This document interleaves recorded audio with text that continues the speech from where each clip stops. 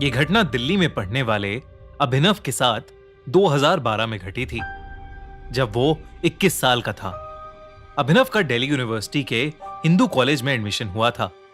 दिल्ली आने के बाद कुछ दिन उसने अपने करीबी दोस्त राजीव के पीजी में गुजारे थे।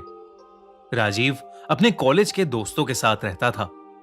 बहुत सारे लोग घर में होने की वजह से अभिनव को वहां पढ़ाई करने के लिए शांति नहीं मिलती थी, तो उसने अपने कैंपस के पास ही दिल्ली के विजयनगर में एक फ्लैट ले लिया था। पर उसे नहीं पता था कि उस फ्लैट में कुछ ऐसा है जो उसे कभी उस फ्लैट से निकलने ही नहीं देगा। अभिनव उस फ्लैट में संडे को शिफ्ट हुआ था ताकि वो आराम से सेटल हो जाए। शिफ्ट करते करते उसे एक कोने में 2 पुराने झुमके मिले। उसने ज्यादा ना सोचते हुए उन्हें अपने बिस्तर की साइड टेबल की एक पुरानी ड्रॉर में रख दिया। सामान इधर उधर करते हुए अभिनव इतना थक गया था कि बेड पर लेटते ही उसे नींद आ गई। उसकी आंख लगी ही थी कि तभी उसको अपने कान के एकदम पास एक लड़की के रोने की आवाज आने लगी। धीरे धीरे वो आवाज बढ़ने लगी और फिर अचानक बंद हो गई।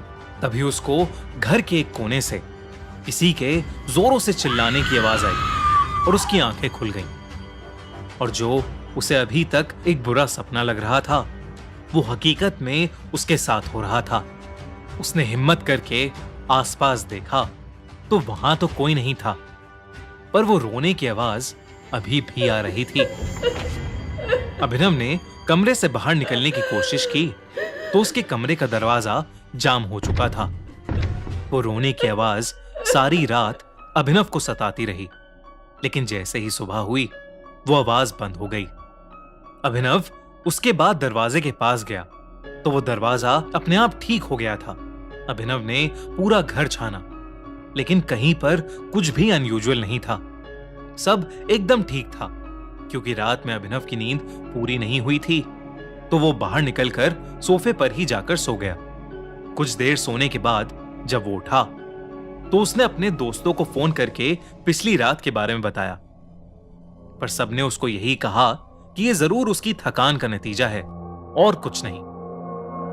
उसने अपने दोस्त राजीव को अपने पास बुलाने की कोशिश भी की, पर क्योंकि उसके एग्जाम्स चल रहे थे तो वो उस दिन नहीं आ पाया। अभिनव को भी सबसे बात करके यही लगा कि वो सब उसका वहम है, लेकिन फिर भी दिन भर पढ़ने के बाद उसने डिसाइड किया कि वो उस रात अपने बेडरूम में नहीं बल्कि बाहर लिविंग रूम के सोफे पर ही सोएगा। पढ़ने के बाद सोफे पर लेटते ही उसे नींद आ गई।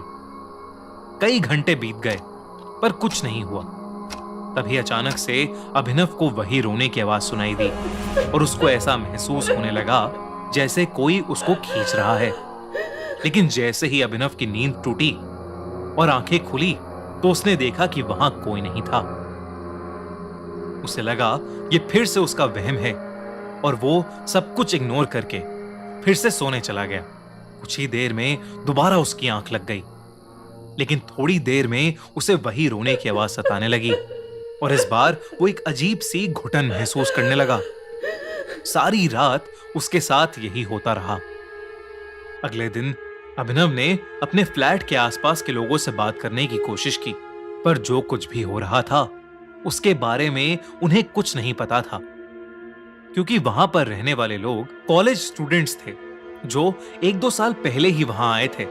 उसने परेशान होकर जब फ्लैट ओनर को कॉल किया तो उसका भी फोन नहीं लग रहा था। अभिनव ने सबकी सलाह मानकर एक साइकियाट्रिस्ट को कंसल्ट किया, जिसने उसके अलग अलग टेस्ट किए, पर उसे कुछ नहीं मिला। उस साइकियाट्रिस्ट ने अभिनव को समझाया कि कभी कभार भारी थकान और स्ट्रेस से ये सब हो जाता है और उसे कुछ स्लीपिंग पिल्स दे दी। स्लीपिंग पिल्स लेकर अभिनव सो तो जाता था। दिल्ली के एक रेस्टोरेंट में तंदूर के अंदर खाना नहीं बल्कि एक इंसानी लाश जल रही थी। कौन था ऐसे भयानक क्राइम के पीछे और वो लाश किसकी थी? जानने के लिए देखिए हमारी नई क्राइम स्टोरी तंदूर कांड हमारे crime channel the crime show by खूनी मंडे पर। लिंक पिन कमेंट और एंड स्क्रीन पर। अब उसको अपने सपनों में एक लड़की दिखने लगी थी जो जोर जोर से एक कोने में बैठकर रोती थी। और सपने में अभिनव के लाख रोकने के बाद भी एक बिल्डिंग के टेरेस से छलांग लगा लेती थी। ऐसे सपनों से अभिनव की तबीयत दिन ब दिन बिगड़ती ही जा रही थी। उसके दोस्त भी बीच में उसके साथ रहने आए, पर उन्हें कुछ महसूस नहीं होता था, जबकि अभिनव को वही सपने हर रात आते थे। एक दिन अभिनव कॉलेज से आया और जोर जोर से रोने लगा, क्योंकि वो सारे इंटरनल्स में फेल हो गया था और उसके एग्जाम्स पास ही थे। अभिनव को यह डर था कि जो कुछ भी उसके साथ हो रहा था, उसकी वजह से वो एग्जाम्स के लिए भी कंसंट्रेट नहीं कर पा रहा था। उस दिन वो घबराहट के मारे गिर पड़ा और जमीन पर ही सो गया। जब वो अगली सुबह उठा तो उसको विश्वास ही नहीं हुआ। उसके साथ पूरी रात कुछ नहीं हुआ, बल्कि जब तक अभिनव के एग्जाम्स चले तब तक उसको ना ही कोई आवाज आई, ना ही वो सपना और ना ही वो दम घुटने का एहसास। और इसी वजह से अभिनव एग्जाम्स में बहुत अच्छा स्कोर कर पाया। अभिनव ने ये सब सेलिब्रेट करने के लिए अच्छा खाना मंगवाया, बेड पर लेटे लेटे लैपटॉप पर एक फिल्म चलाई और खाना खाते खाते सो गया। लेकिन उस रात फिर से उसे वही रोने की आवाज वापस आई। और जब अभिनव ने ध्यान से सुना तो इस बार आवाज रोने की नहीं बल्कि हंसने की थी। और उसको ऐसा महसूस हो रहा था जैसे किसी ने उसको कसकर पकड़ा हुआ है।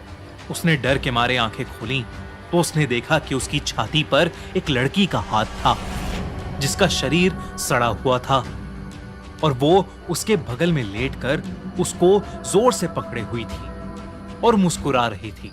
और वो लड़की और कोई नहीं बल्कि वही लड़की थी जो उसके सपने में हर रात आती थी और एक बिल्डिंग के टेरेस से छलांग लगाती थी।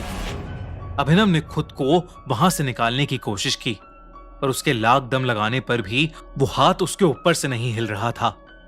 घबराहट में अभिनव की आवाज भी नहीं निकल रही थी। अभिनव ने अपना सारा दम लगाया और वो किसी तरह उस बेड से उठा। वो घर से बाहर जाने के लिए भागा, पर घर का मेन डोर खुल ही नहीं रहा था। तभी वो हंसी की आवाज रोने की आवाज में बदल गई। वो लड़की अभिनव के पीछे पीछे जब कमरे से बाहर आई तो अभिनव जैसे तैसे करके डाइनिंग टेबल के नीचे छुप गया। उसने जल्दी से अपने दोस्त राजीव को फोन किया। उसने राजीव को पूरी बात बताई और उसे फौरन उसके फ्लैट आने को कहा। अभिनव भगवान का नाम लेते हुए बस यही प्रार्थना कर रहा था कि वो किसी तरह बच जाए। लेकिन तभी वो लड़की डाइनिंग टेबल से उल्टी लटकी हुई अभिनव की आंखों के सामने आ गई। उसे देखकर अभिनव कांप उठा।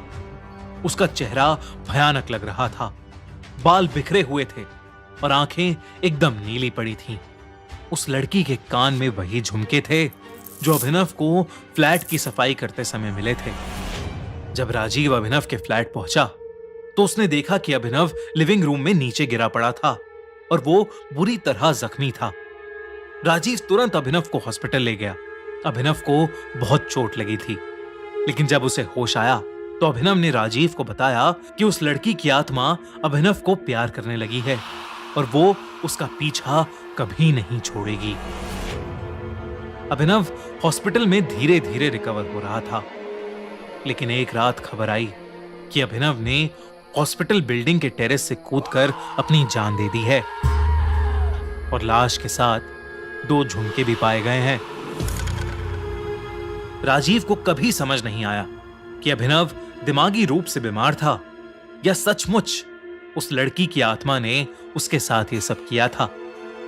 खैर जो भी हो, उसने अपने जिगरी दोस्त को हमेशा हमेशा के लिए खो दिया था।